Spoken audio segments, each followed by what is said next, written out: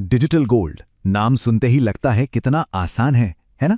बस फोन उठाया, कुछ क्लिक्स किए और सोना सीधा डिजिटल लॉकर में। पर रुकिए, क्या ये जितना आसान है उतना ही सेफ भी है? क्योंकि हाल ही में एक बहुत बड़ी वार्निंग जारी हुई है, और अगर डिजिटल गोल्ड में पैसा लगा है तो ये जानना बेहद बेहद जरूरी है। तो सवाल बिल्कुल सीधा सा है, क्या डिजिटल गोल्ड में किया गया निवेश सच में सुरक्षित है? चलिए आज इसी सवाल की गहराई में उतरते हैं और सच को जानते हैं। आजकल आप देखें तो कई सारे ऑनलाइन प्लेटफॉर्म्स हैं जो डिजिटल गोल्ड को फिजिकल सोना खरीदने का एक आसान विकल्प बताकर बेच रहे हैं। और जाहिर है, इसकी आसानी और छोटे छोटे अमाउंट में निवेश करने की सहूलियत की वजह से ये काफी पॉपुलर भी हो रहा है। और बस यहीं पर एंट्री होती है भारत के मार्केट रेगुलेटर SEBI की, जिसने एक बहुत ही जरूरी चेतावनी जारी की है। ये एक ऐसा मैसेज है जिस पर हर निवेशक को गौर करना चाहिए। तारीख थी 9 नवंबर 2021 जब सेबी ने ये पब्लिक एडवाइजरी जारी की। ये कोई छोटा मोटा अपडेट नहीं था, बल्कि इन्वेस्टर्स के लिए एक सीधी और साफ साफ वार्निंग थी।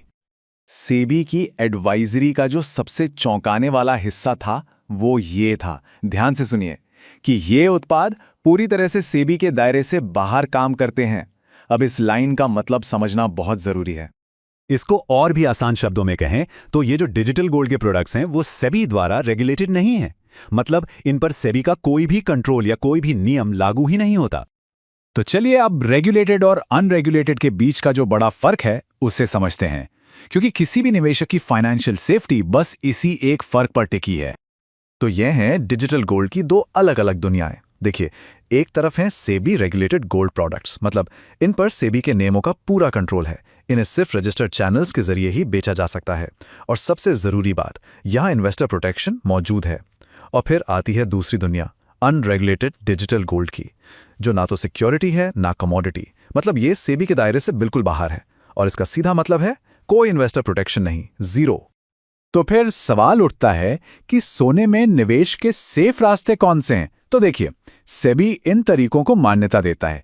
गोल्ड एक्सचेंज ट्रेडेड फंड्स, जिन्हें हम ETFs कहते हैं, इलेक्ट्रॉनिक गोल्ड रिसीट्स यानी EGRs, और एक्सचेंज ट्रेडेड कमोडिटी डेरिवेटिव्स, ये वो ऑफिशियल रास्ते हैं जिन पर रेगुलेटर की पूरी नजर होती है।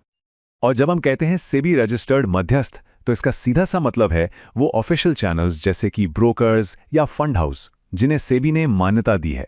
इनके जरिए इन्वेस्ट करने का मतलब ही है कि सब कुछ नियम कानून के दायरे में हो रहा है।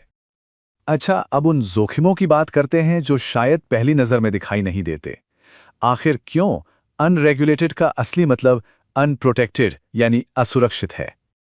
सेबी ने 3 बड़े खतरों के बारे में बताया है। पहला है काउंटर पार्टी रिस्क, मतलब सोचिए, जिस कंपनी से सोना खरीदा अगर वही डिफॉल्ट कर गई तो क्या होगा? दूसरा ऑपरेशनल रिस्क, यानी कोई टेक्निकल गड़बड़ी हो जाए या कोई फ्रॉड हो जाए तो जो नुकसान होगा उसका क्या? और तीसरा और सबसे बड़ा रिस्क, कोई इन्वेस्टर प्रोटेक्शन नहीं। मतलब अगर कुछ गलत हुआ तो सेबी के पास शिकायत करने का कोई रास्ता ही नहीं है। तो सबसे जरूरी बात यह है कि सिक्योरिटीज मार्केट में जो भी इन्वेस्टर को बचाने वाले सेफ्टी मैकेनिज्म्स होते हैं, उनमें से कोई भी इन अनरेगुलेटेड प्रोडक्ट्स पर लागू नहीं होता। यानी अगर कुछ गड़बड़ होती है तो कोई सेफ्टी नेट नहीं है। तो अब हम आते हैं सबसे बड़े सवाल पर। एक निवेशक के लिए क्या चुनना सही है, सुरक्षा या फिर सिर्फ सहूलियत? देखिए, जब भी निवेश करें तो अपनी प्राथमिकताएं बिल्कुल साफ होनी चाहिए। हमेशा सिक्योरिटी सुविधा से पहले आनी चाहिए। ये जो अनरेगुलेटेड प्रोडक्ट्स हैं, ये आसान जरूर लगते हैं, लेकिन ये आसानी अक्सर सुरक्षा की कीमत पर मिलती है। तो आज की इस पूरी चर्चा का जो निचोड़ है वो बस इतना है। अपनी मेहनत की कमाई को कहीं भी लगाने से पहले रेगुलेटेड और अनरेगुलेटेड प्रोडक्ट्स के बीच का फर्क पहचानना सीखें। ये सबसे ज्यादा जरूरी है।